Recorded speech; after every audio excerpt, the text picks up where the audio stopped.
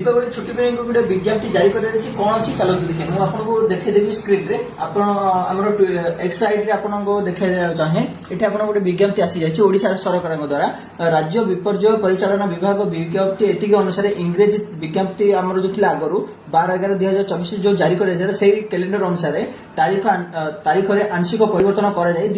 दीपावली पर्व उपलक्षे आम 20/10/2025 तारीख को अतिरिक्त छुट्टी घोषणा करदे किंतु एठे दिया जायछि उक्त दिन नुआपड़ा जिला व्यतीत राज्यर समस्त सरकारी कार्यालय तथा मजिस्ट्रेट कोर्ट रे कार्यनिर्वाही बंद रहिबो केवल नुआपड़ा जिला को छाड़देले आउ समस्त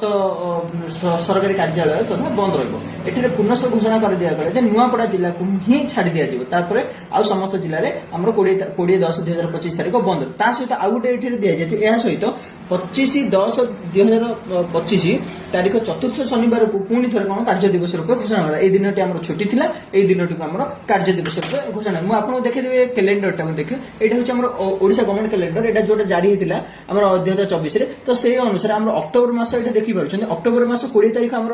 कार्य दिवस रूप पालन कर छुट्टी कर दी जाए आम जो 25 शनिवार जो 4th सैटरडे थे से कार्य दिवस रूप ग्रहण कर छुट्टी कराला 20 तारीख को 25 तारीख को खोला कर दी जाए।